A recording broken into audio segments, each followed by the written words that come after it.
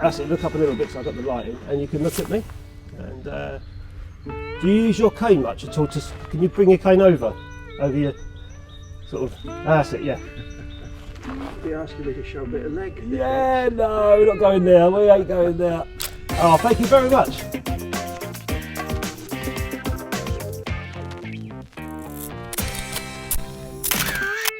So in this video I'm going to be looking at TT Artisan's 100mm F2.8 Bubble Bokeh Lens.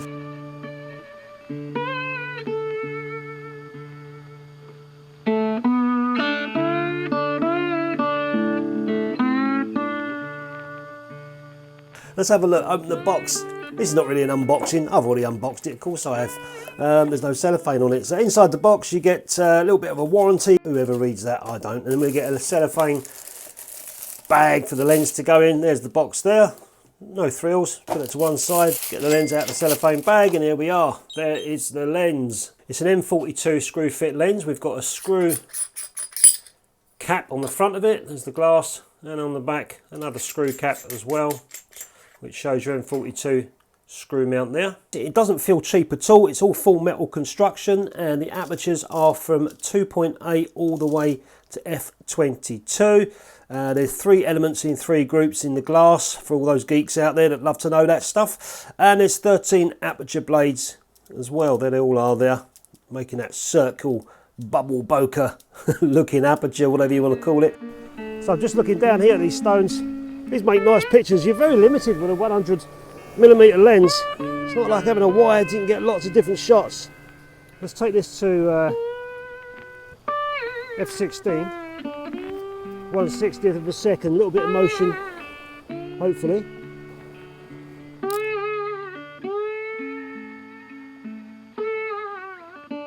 There's your distance scale there, and the focusing is real nice and fluid. Nice and fluid focusing, so it doesn't feel like a cheap lens, but it is inexpensive. So these are M42 Screw Fit lenses, and I mentioned this in a video a while back. There's so many M42 Screw Fit lenses out there, really good lenses, old lenses as well, and there's so many cameras that you can pick up for a bargain. But these TT Artisan ones, you know, they do feel good quality, and for the price you can't grumble, you know.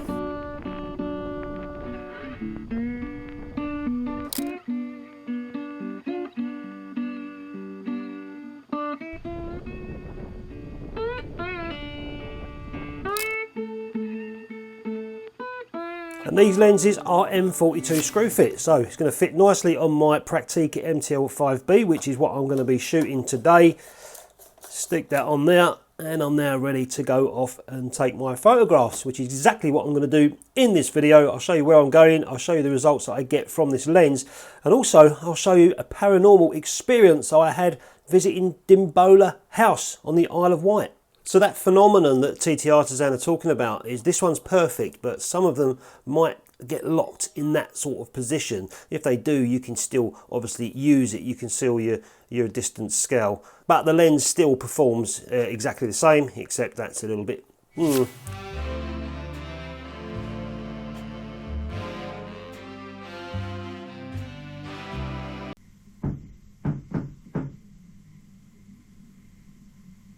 At the moment, I've got some film in this camera, APX 100, that I was shooting yesterday.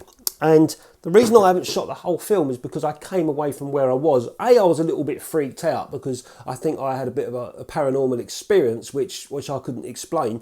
And B, I got cold where I was and decided to just give up the shoot and come back home and go out and do it again. I don't think I was in the right location for testing this lens out. Well, I'm freezing down here.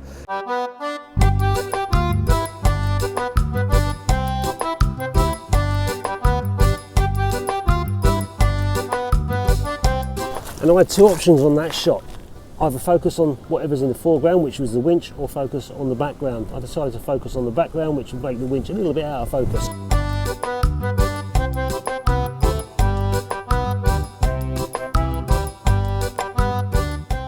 I've given up. I can't take pictures down there. 1, it's too cold. 2, it's too bloody windy.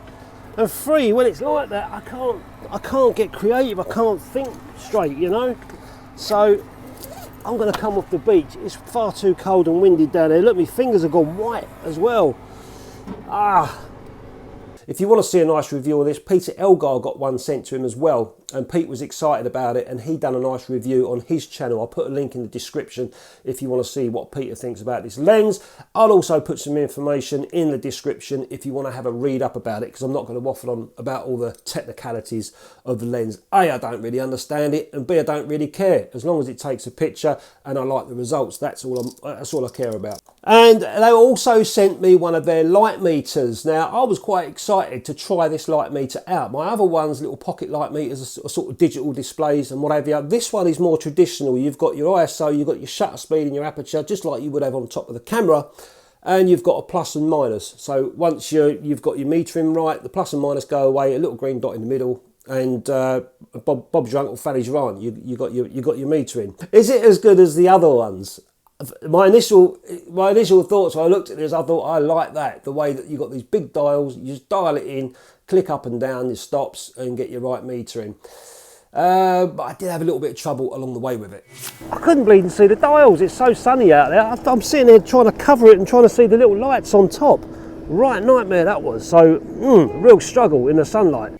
And if we look at this bubble bokeh effect, personally I think it's a little bit overboard for portraits and anything done in the daytime. But when you look at some of the nighttime shots that they've got on their website that they've done, I think that's where this lens probably will come into play. But daytime stuff, I wouldn't fancy all that. I think it's a little bit distracting, I think. But you know, again, each to their own. It's just a gimmick if you want to play around with it. So I was out yesterday. What was all that paranormal experience about? I'm not really, you know, I'm pretty much on the fence when it comes to ghosts and stuff like that. My friends will tell me a little ghost story, not that I'm one for sitting around a campfire, you know, blurring out stuff about paranormal. But when it hits you in the face, it's very strange. And what happened to me at Dimbola Lodge was even stranger.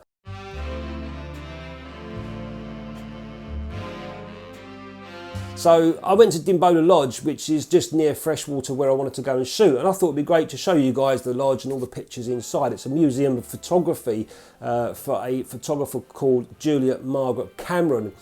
And a lot of her work is on display, and this was the house that she used to live in, and it's open to the public. Well, I went there just to have a little look around, and because there was roadworks outside, there was no visitors, no one could get. I actually had to ask the builders if I could get to Dimbola Lodge, and they just about gave me a pass to get down there. And when I walked in and paid for my ticket, I said, I told about the roadworks, and the woman said to me, she went, "There's no one here." So I thought, well, that's all right, I'm on my own. But good for me. So I walked around with a video camera to show you guys what's inside this Dimbola Lodge. And this particular room I walked in was Juliet Margaret Cameron's studio, and I found it fascinating. There was all these old clothes and old hats, and there was an old backdrop as well, and an old stool that stood in front of the backdrop. And I was sort of filling my mind with how it would have been years ago when she would have been taking her portraits, you know, with her clients in that room. And something really strange happened. I was holding the video camera, the GoPro, for you guys and moving it around, you know, just to get some B-roll really for talking over about Dimbola Lodge. And I heard this strange bump.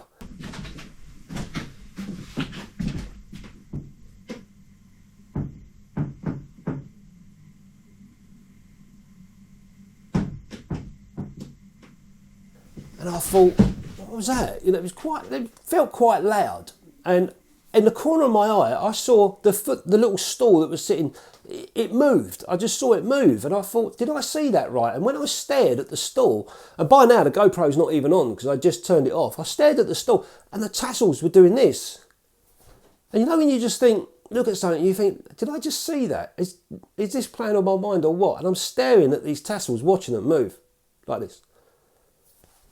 And I didn't even think about putting the GoPro on to record it because I was just gobsmacked, thinking, how did that just happen?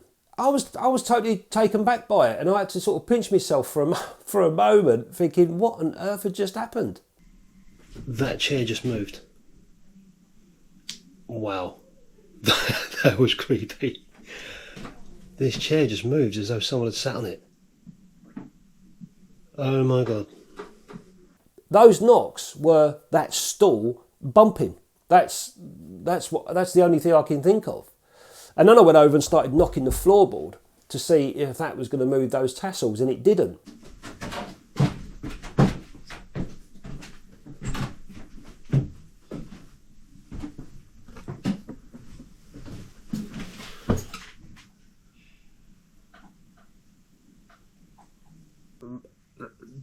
That was proper creepy.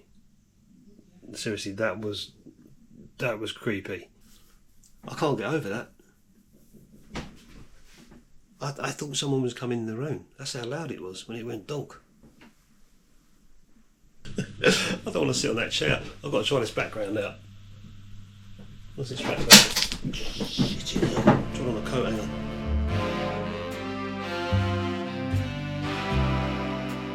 So it's a couple of days later and I'm out in the woods. It's not as cold as it was the other day down the beach. I did intend to show you guys more of Dimbola Lodge because it is quite a fascinating place to visit, and I just got so freaked out I didn't want to be in there much longer, so I bottled it and just walked out of Dimbola Lodge. I think the woman at the ticket box, I was only in there a short time, she must have thought that was a quick visit. I didn't have the heart to tell her I just saw something weird and I'm out of here.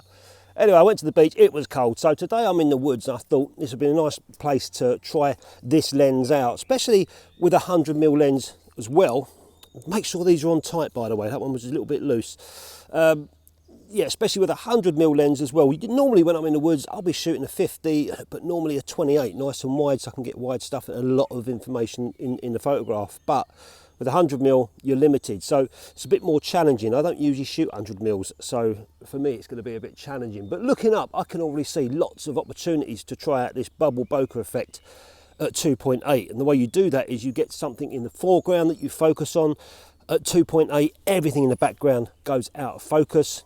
And the more it goes out of focus and the more shimmery light you've got up there, the more that bubble bokeh will come out. But like I said, I'm not so sure if it's for me. Swirly bokeh I liked, the bubble bokeh we'll soon see. And I'm still going to be using the TT Artisan light meter. Now there's one thing I've noticed about this.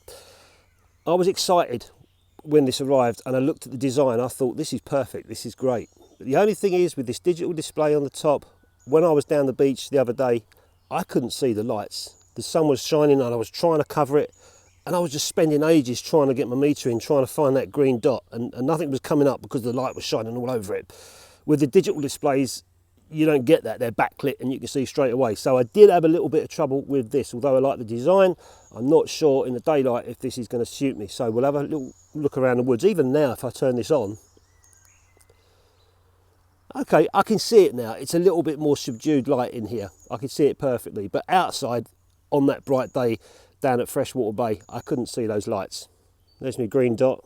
If I pull the shutter speed out of sync, you get the minus. If I go the other way, you'll get the plus. You can see it there. Can you see that? And it's not that dark in the woods, actually. Yeah, it must have been super bright down there because I can see it perfectly now. I hope so, because I like the light meter.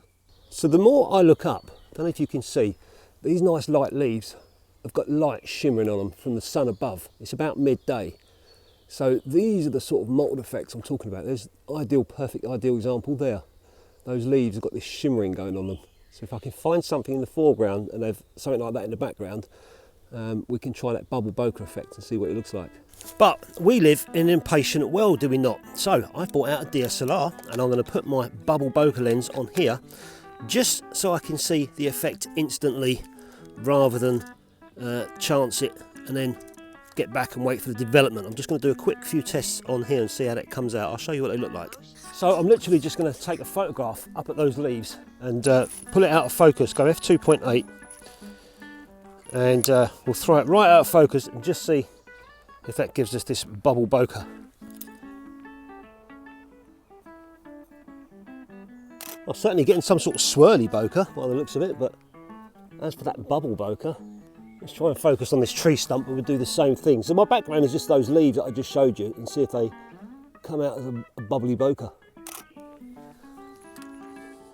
No. I think I've run out of juice in this lens.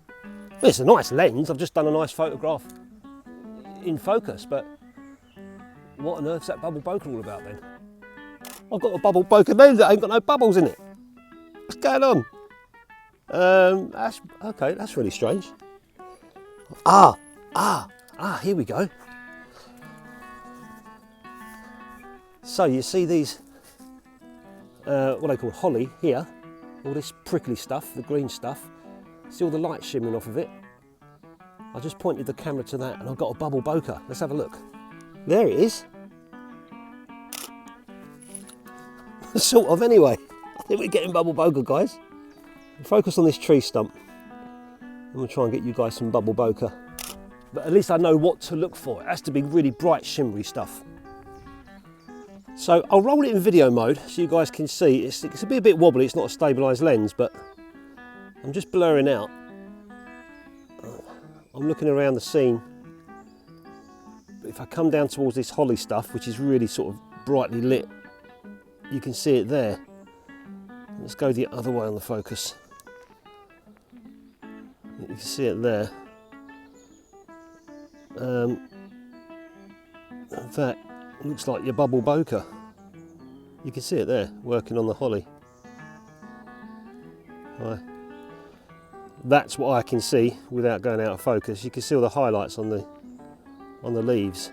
And if I look up towards this area, where the leaves are kind of not as bright, but they're still nicely backlit from the sun, and I go out of focus, we don't really get that bubble bokeh look, which is where I thought I would have got it. So it has to be leaves like this where it's brightly lit. So that's what I need to look for. If I want to shoot bubble bokeh, that is. I don't really want to, but it's a gimmicky lens, you know, it's there if you want it, try it out and have some fun with it.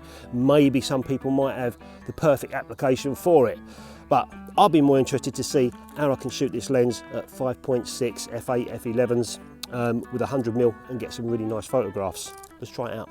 So I want to shoot f5.6, that'll give us a bit of depth of field, and this reckons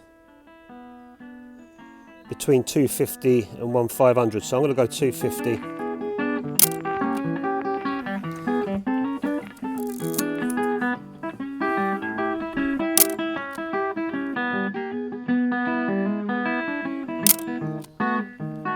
So this might be ideal to try out. The only brightest part I can find is this holly bush here, all the sun lighting on it. So I need to find something in the foreground to get that in the background, see if I can create that bubble bokeh look. So we get right close on this moss.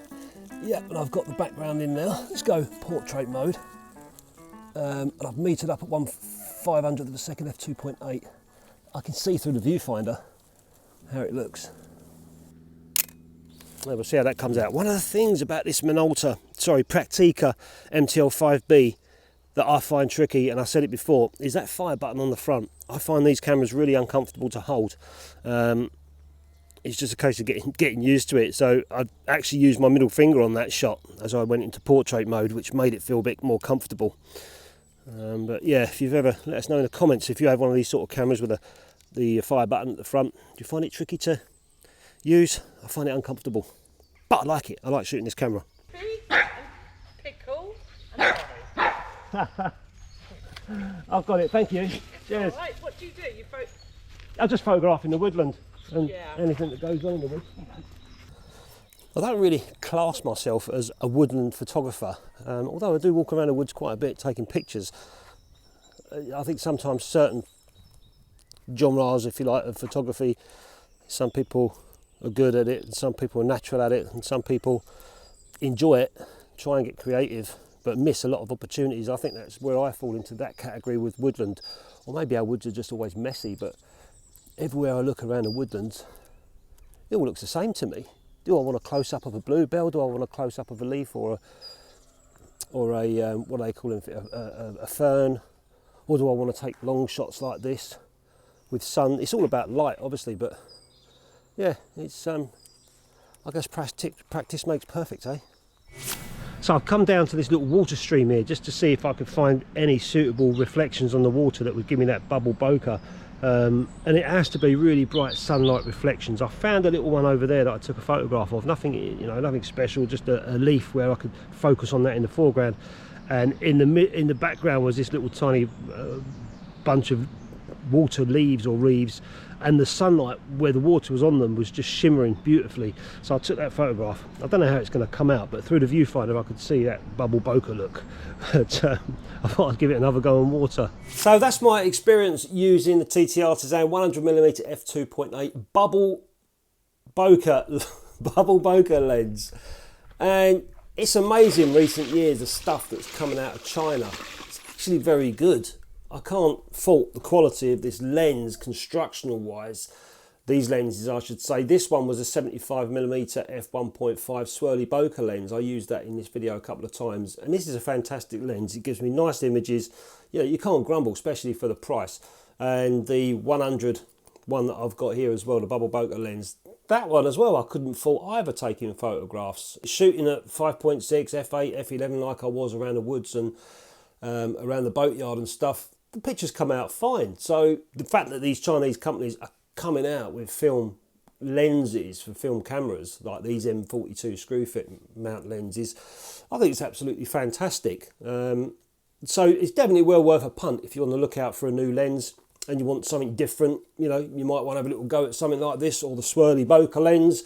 And not only TT Artisan, there's other companies out there that are selling lenses as well. I haven't tried those, so I can only speak for this TT Artisan company. But not only that, the light meters and the filters and all other stuff that are coming out of China. I mean, even these little light meters that are popping up all over the place.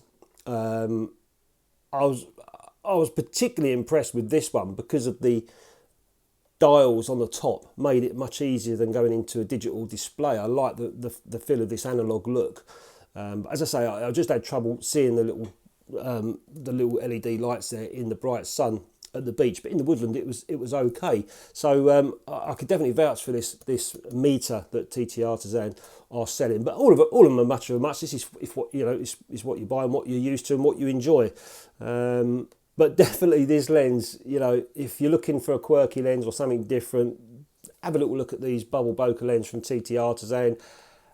They are interesting. Like I said in the video, it's not really for me to be going around looking for bubble bokeh. The Swirly Bokeh for portraits, I absolutely love. But the bubble bokeh, I don't know. But nighttime, if I was to go out and shoot nighttime, maybe video stuff and get some stock footage on video, or maybe photography, I think that's where this would probably come into its own, getting that lovely bokeh in the background. But there's a lot of lenses that can do the same sort of bokeh. Anyway, I think the difference with this one, you've got, they call it the bubble bokeh, you've got some spherical outline going on with the bokeh in the background from what I can see from their shots on the website. But I couldn't really replicate that as much as I tried. And the only thing I could figure out is you need something really bright in the background, like really sunlight lit, like some of the stuff I showed you in the video, to get that look. I mean, who's going to be running around looking for, it's either going to slap you in the face or it's not. You know, you're not going to run around looking for that because you'll be forever in a day like I was. But anyway, guys, hope you enjoyed the video. Patrons, look out for a new video coming out. This is going to be based on this, but a lot of the compositions that I shot I went over. So patrons and YouTube members, there'll be a video coming out on that soon. Thanks a lot for watching, guys. Hope you enjoyed the video. Don't forget there's a link in the description if you want to get one of these, and check out Peter Elgar's review of this lens as well. I'll catch you next time.